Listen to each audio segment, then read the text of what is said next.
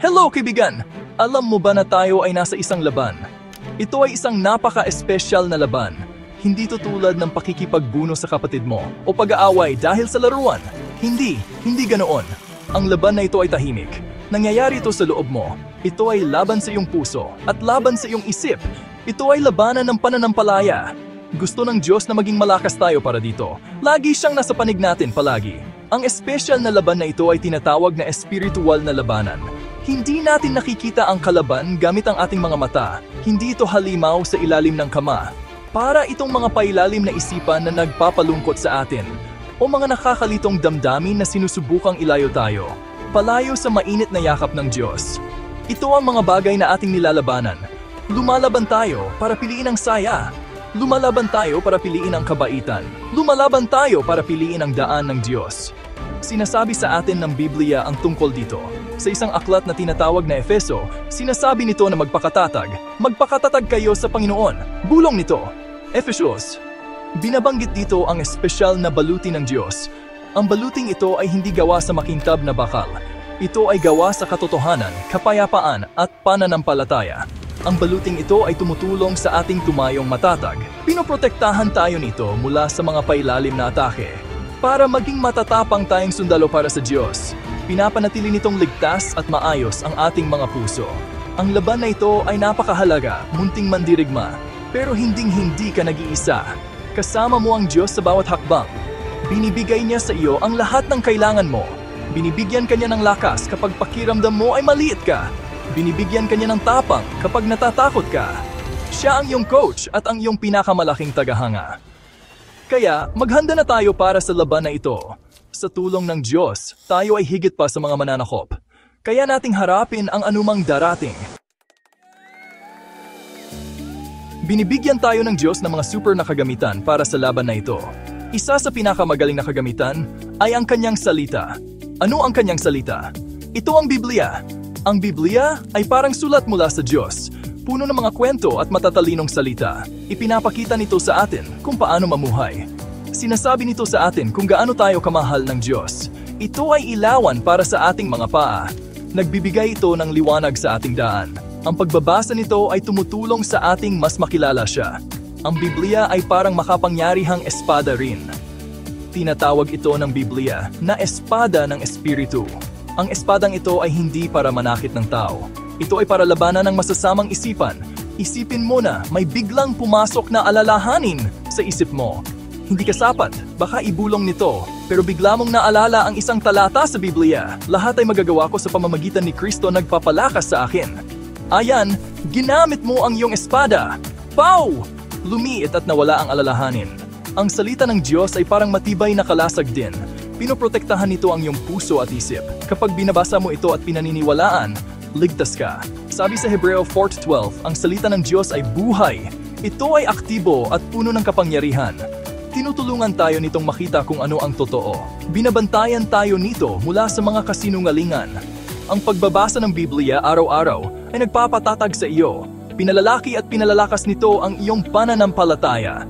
Parang nagtatayo ng isang napakatibay na kuta. Isipin mo ang isang matapang na kabalyero mula sa mga lumang kwento. Ang isang kabalyero ay laging nagsasanay gamit ang kanyang espada. Pinapanatili niya itong matalas at handa. Kailangan nating gawin iyan sa ating Biblia. Magbasa ng kaunti bawat araw.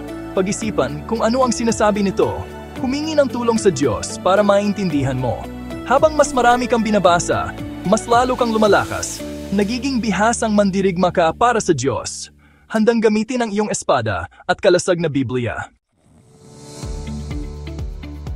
Isa pang super na kagamitan ay ang panalangin. Ano ang panalangin? Simple lang.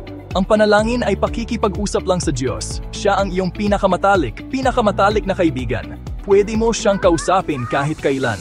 Pwede mo siyang kausapin kahit saan. Pagkagising mo, sabihin mo, magandang umaga.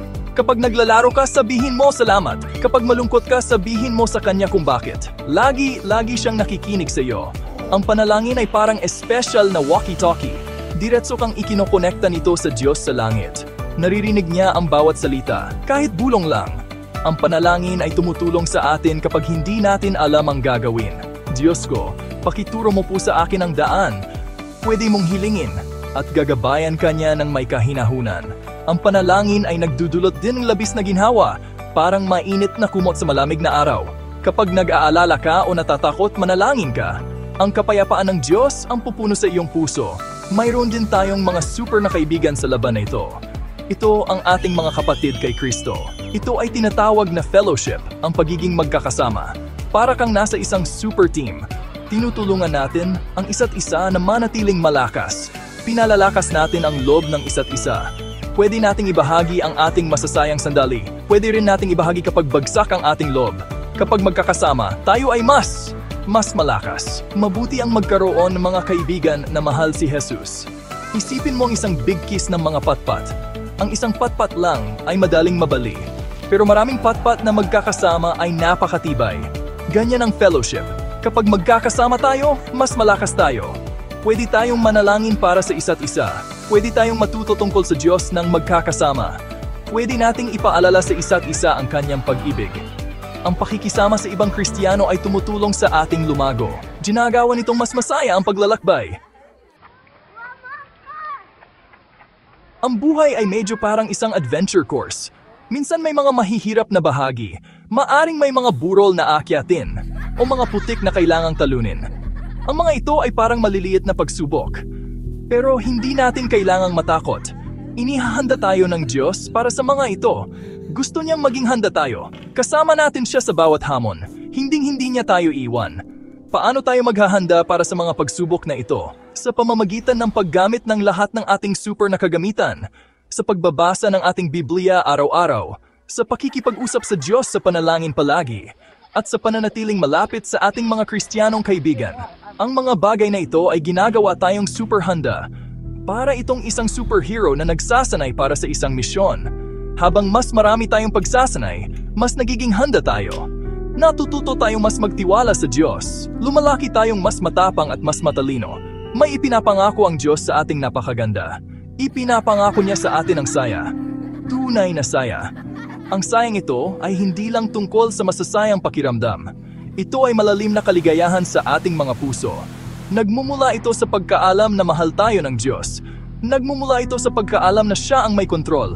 Kahit mahirap ang mga bagay, pwede nating maranasan ang sayang ito. Dahil mas malaki ang Diyos kaysa sa anumang problema. May maganda siyang plano para sa iyo. Isang planong puno ng pag-asa. At narito ang pinakamagandang balita sa lahat. Ipinapangako ng Diyos sa atin ang tagumpay sa espiritual na laban na ito. Mananalo tayo. Oo, mananalo ka! Hindi dahil super lakas natin ng tayo lang, kundi dahil ang Diyos ay super lakas. Naipanalo na niya ang pinakamalaking laban, ang kaligtasan, ang maligtas at mamuhay kasama ang Diyos magpakailanman, ang ating gantimpala. Ito ang kanyang regalo sa atin. Kaya lakasan mo ang iyong loob, matapang na Kristiyanong sundalo. Tumayo ka ng tuwid, ipagpatuloy ang mabuting laban at ngumiti.